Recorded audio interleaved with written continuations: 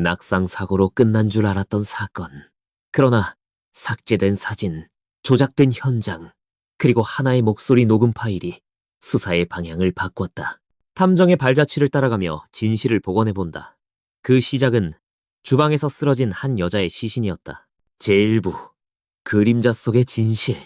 2023년 11월 4일 부산 사상구의 한 주택가. 오전 9시 20분경 119의 한 남성이 전화를 걸었다. 아내가 주방 바닥에 쓰러져 있다는 신고였다. 구조대가 도착했을 때 여성은 이미 의식이 없었다. 후두부에 강한 타격 흔적이 있었고 주변에는 깨진 유리컵과 넘어진 의자가 있었다. 현장 감식 결과 침입 흔적은 발견되지 않았다. 문은 안에서 잠겨 있었고 창문은 모두 닫혀 있었다. 남편 김현우는 경찰 조사에서 단호히 말했다. 아침에 출근했다가 전화기 두고 온 걸 깨닫고 집에 돌아왔더니 아내가 쓰러져 있었다고. 집안에는 아내 혼자 있었으며 사고 외의 가능성은 생각할 수 없다고도 진술했다. 부검 소견서는 두 단어로 요약되었다. 둔기에 의한 급성 뇌출혈. 그러나 검시관은 주방 타일 바닥에 생긴 두개골 골절의 각도와 깊이에 대해 이례적으로 짧은 코멘트를 남겼다. 단순한 낙상의 결과로 보기엔 타격이 너무 일직선이었다. 사건은 가정 내 사고사로 종결됐다. 유가족의 요청도 없었고 경찰은 타살 가능성에 대해 더 이상 조사하지 않았다. 장례식은 조용히 치러졌다. 지인들은 조문을 마치고 돌아갔고 김현우는 고개를 숙인 채 장지 앞을 떠났다. 아들 김지우는 제주도에서 일을 하다 갑작스럽게 연락을 받고 귀가했다. 어머니의 갑작스러운 죽음을 이해할 수 없었지만 의료진이 말하길 낙상은 노인에게 흔한 사고라고 했다. 장례식 3일째 되는 날 지훈은 이상한 장면을 목격했다. 아버지의 휴대폰에 도착한 문자 알림.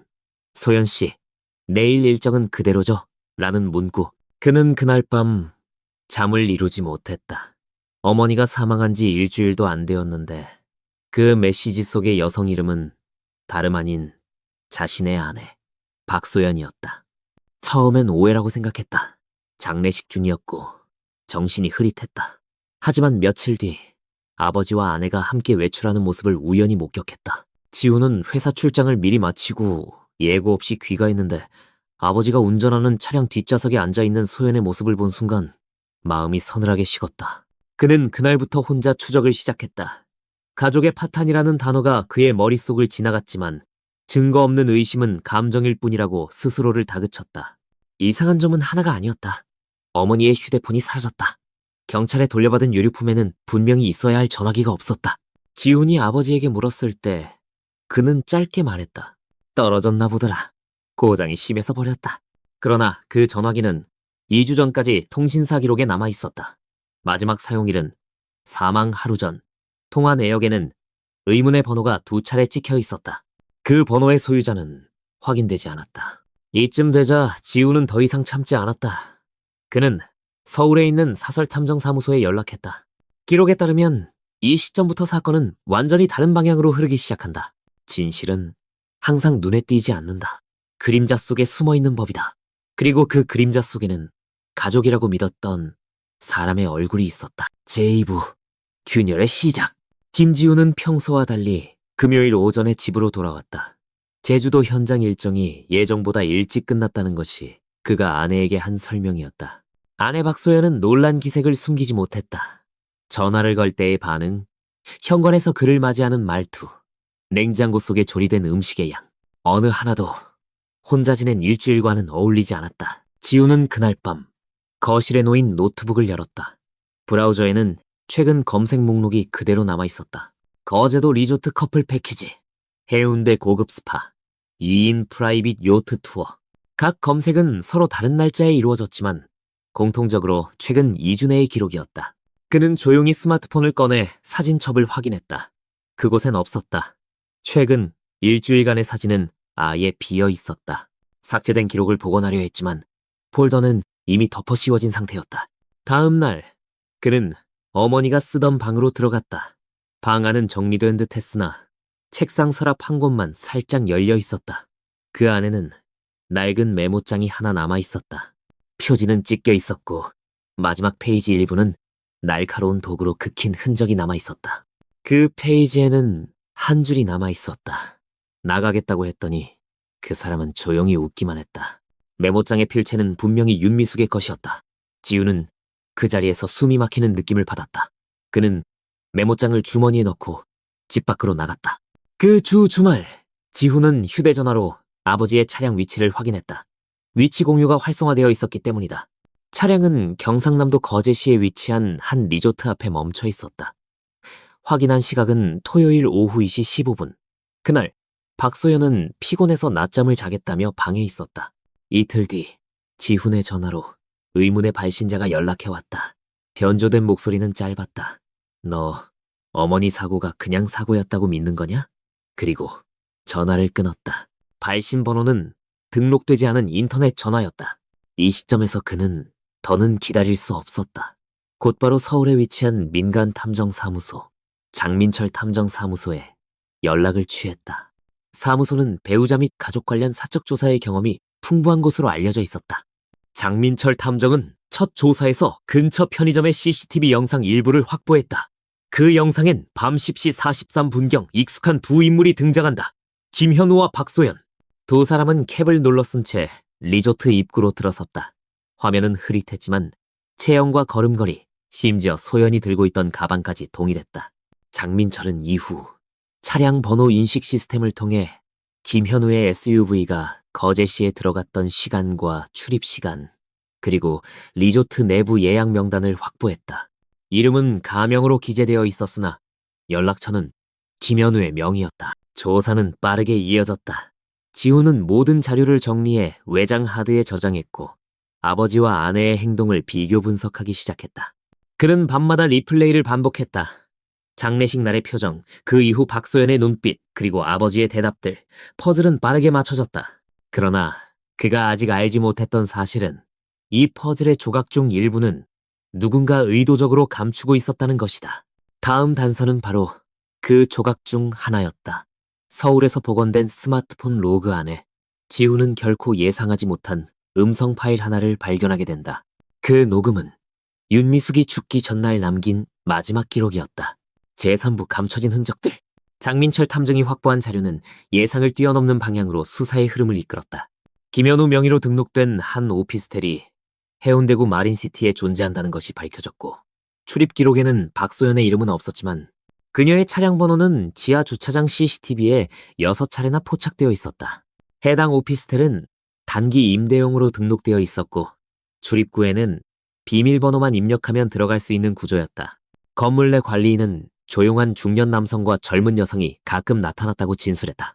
특히 주말 저녁 시간대 그들은 외부 배달을 자주 시켰으며 리셉션을 거치지 않고 항상 엘리베이터를 통해 곧장 올라갔다고 했다. 지우는 장탐정의 조언에 따라 탐문 수색에 협조했다.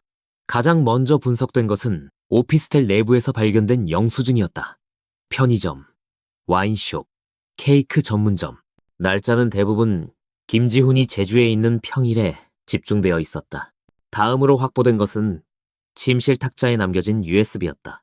장민철이 복원한 파일에는 휴대폰에서 백업된 데이터들이 일부 저장되어 있었고 그 안에는 짧은 영상 파일이 존재했다.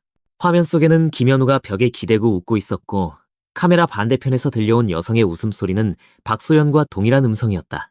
그 영상은 17초였지만 지훈에게는 결정적인 전환점이었다. 며칠 뒤 장탐정은 윤미숙의 사망 전날 그녀가 사용했던 스마트폰 기기의 로그를 복구해냈다. 가장 최근의 백업 시간은 사망 12시간 전. 그리고 그 안에는 자동 저장된 음성 파일 하나가 있었다. 녹음은 2분 36초. 소리는 조용한 주방에서 시작된다. 접시 부딪히는 소리, 컵을 따르는 물소리, 그리고 여성의 낮은 음성. 당신, 이제 멈춰야 해. 이건 잘못된 거야. 뒤이어 남성의 음성이 나온다. 잘못? 그건 당신 기준이지. 우린 서로 필요했어. 여성은 격앙된 목소리로 말한다. 지훈이 알아버리면 당신 감당 못할 거야.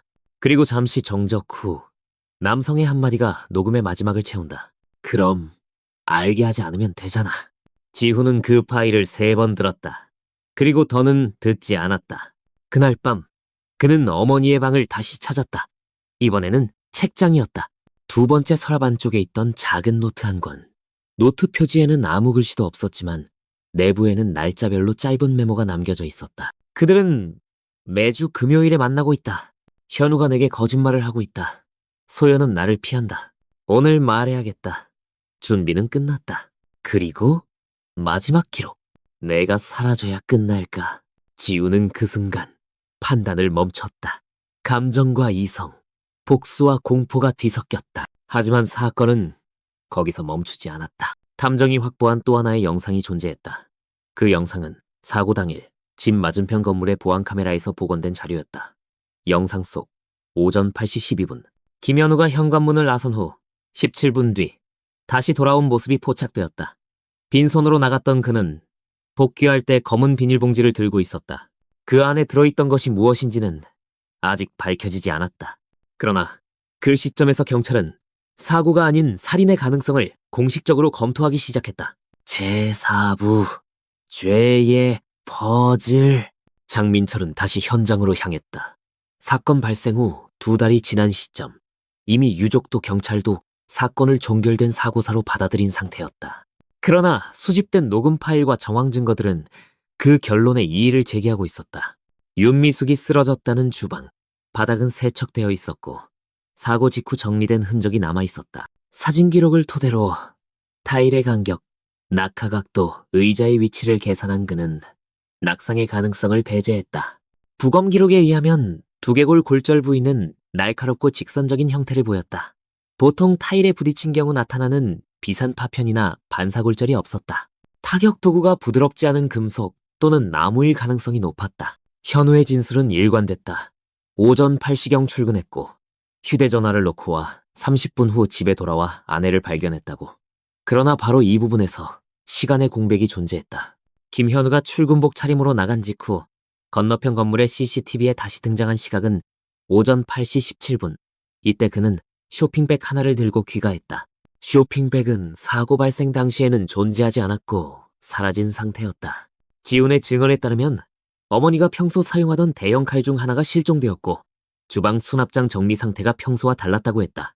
장민철은 법의학자와 함께 실제 낙상을 재현해 보았다.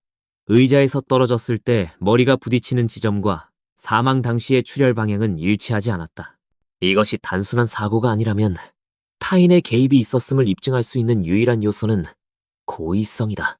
그리고 고의성이 의심되는 순간 현장의 모든 정리는 은폐로 전환된다. 그는 경찰 측에 정식으로 재수사를 요청했고 부산 사상경찰서 강력 3팀이 사건을 다시 열었다. 수사팀은 가장 먼저 김현우의 동선을 재확인했다. 당일 오전 8시 12분부터 8시 43분 사이, 이 시간 동안 김현우는 자택에서 어떤 행동을 했는지에 대한 명확한 증거는 존재하지 않았다. 그러나 새로운 진술이 등장했다. 바로 옆집 거주자인 70대 여성은 그날 아침 주방 창문 너머에서 2번의 큰 소리를 들었다고 했다. 무언가 단단한 게 부딪히는 소리였어요. 그 후엔 조용했죠. TV 소리도 멈췄고 그 진술은 기존 진술서에는 포함되어 있지 않았다. 이유는 단순하다. 초기의 사건은 낙상으로 처리되었고 이웃은 사고에 대해 깊이 말하지 않았기 때문이다. 수사팀은 김현우를 참고인 자격으로 불러 조사했다. 당신의 아내는 사망 전날 당신과 심한 말다툼을 나눈 것으로 보입니다. 이 음성 파일 직접 들어보시죠. 조사실에 울려 퍼진 윤미숙의 마지막 음성, 그리고 이어지는 정적. 김현우는 아무 말 없이 고개를 숙였다. 이어진 질문에 짧게 대답했다. 그건 내 목소리 맞습니다. 그날 아내가 죽었을 때 정말 아무 일도 하지 않았습니까? 긴 침묵 끝에 김현우가 입을 열었다. 그날 미숙은 나를 떠나겠다고 했습니다. 집이며 가게며 다 포기할 각오로. 그 순간 나는 아무것도 판단할 수 없었어요. 수사관은 그 진술을 받아 적으며 마지막 질문을 던졌다. 당신은 그녀를 죽였습니까? 김현우는 정면을 바라봤다. 죽일 생각은 없었습니다. 단지 그녀가 입을 다물길 바랐을 뿐입니다. 수사팀은 김현우를 긴급 체포했다. 혐의는 살인 및 증거 은폐. 그러나 퍼즐은 아직 완성되지 않았다. 박소연, 그녀는 사건 당일 부산에 있었던가? 아니면 오피스텔에서 다른 누구와 함께였던가? 그녀의 이름이 수사 기록에 다시 등장하는 순간 다음 페이지는 예측할 수 없는 방향으로 접혀들기 시작한다. 제어부, 진실의 심연. 김현우의 자백은 예상보다 조용했다. 취조실에서 그는 고개를 떨군 채 차분한 어조로 말했다. 미숙이 나간다고 했습니다. 아들에게 다 말하겠다고. 그러면 소연도 나도 끝장이었어요. 그는 충돌의 순간을 상세히 진술했다. 윤미숙이 집을 정리하며 꺼낸 이혼 서류, 냉장고 위에 놓인 파란 파일, 그리고 더는 못 참겠다는 말. 김현우는 그 말에서 위협을 느꼈다고 했다. 가족이라는 틀 안에 갇혀있던 남자는 그 틀을 깨겠다는 아내의 선언을 받아들일 수 없었다. 주방에 있던 나무 손잡이, 칼 손잡이용 연장이 범행 도구였다. 사용 후 그는 그것을 검은 비닐에 담아 외출하는 척 다시 집 안으로 들고 들어왔다. 현장을 정리한 후에는 사고사로 위장했다. 사건은 명백한 살인이었고 그 살인은 순간의 격정이 아닌 계획된 은폐와 거짓말을 동반했다. 수사팀은 범행의 고의성과 사후 은폐 정황을 근거로 중형을 구형했다. 한편 박소연은 소환조사에서 모든 관련성을 부인했다. 저는 그런 일 있는 줄 몰랐습니다.